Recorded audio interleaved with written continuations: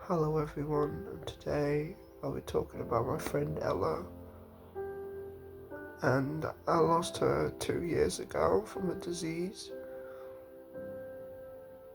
that took her, and she was coping with that her whole entire life. She'd fall down to the ground if she was doing too much exercise, or if she was doing too much running, get too sweaty, then she'd get knocked out. But they were always there for her. Even when she was knocked out, they saved her life. Until one day,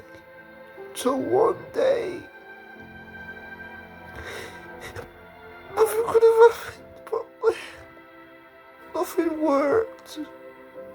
Which then led to her dying in her bed. Dying when she was lonely in her room.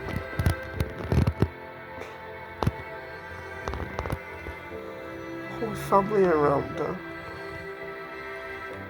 And I can remember the very first time I met Ella.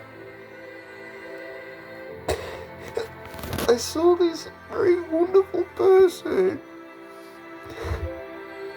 This very wonderful person standing right in front of me.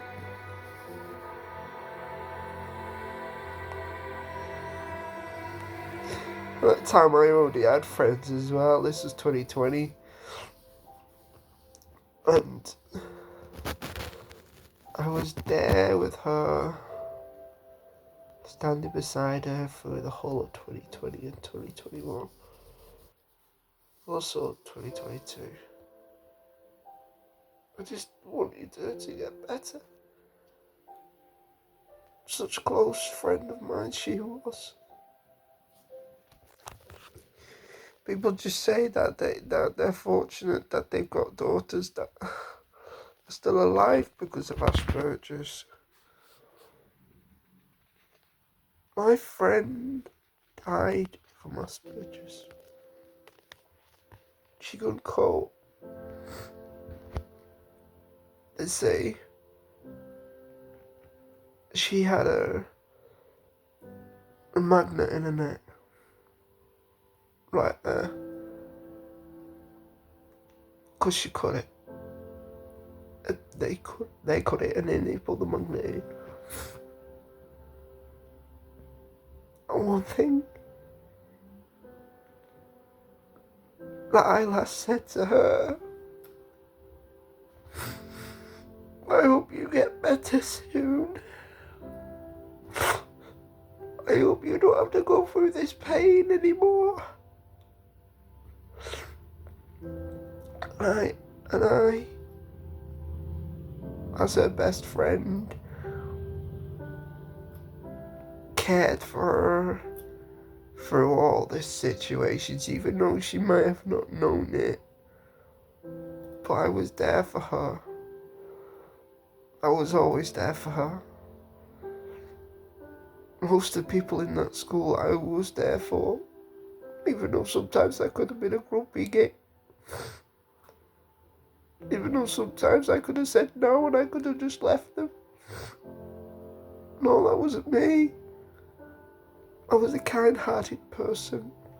The same way as she was. She was a kind-hearted person that was took from us way too young. She was 16.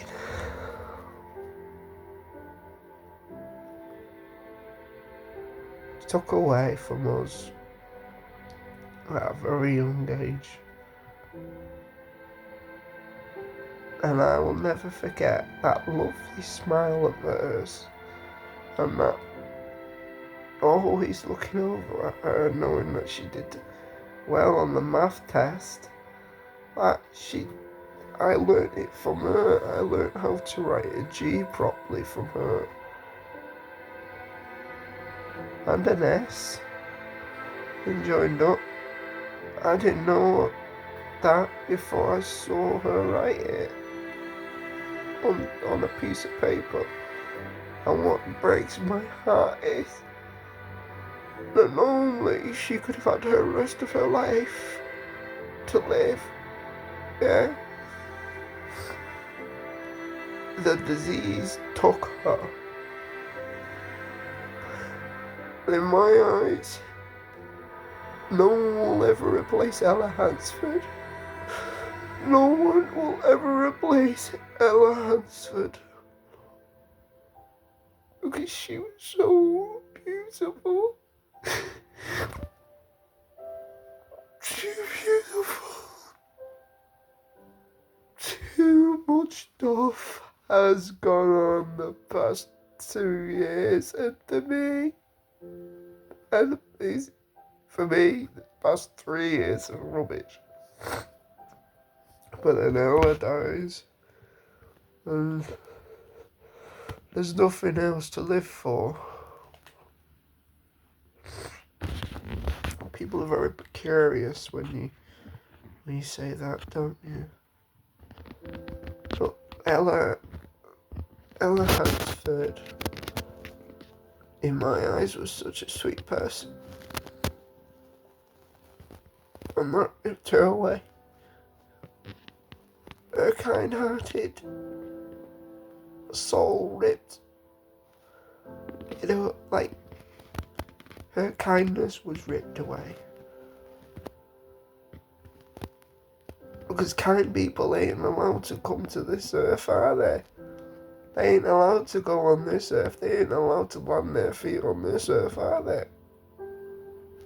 Because it seems to be a horrible place.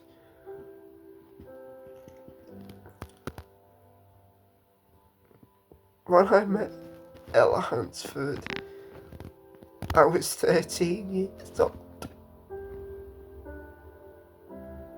Me and her became best friends. On the very first time I met her, back in, I think it was April or the summertime.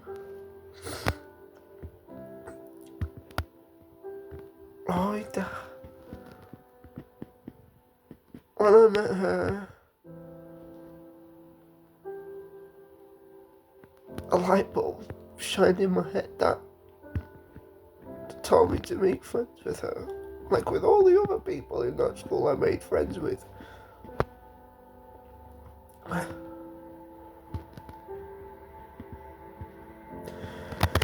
But the loss, it broke my heart. Every piece of me in there is broken. After her, I lost about 3 people in my life. I lost my Uncle Mike. I lost my Nana Margaret. And I lost my Granddad Derek. 2023, 2022 and 2024 were the worst years of my life. Especially 2023. Because I lost a friend. A very good friend. To that dirty, disgusting magnet or disease that ripped her from us. I stood beside her until she died. I stood beside her in school.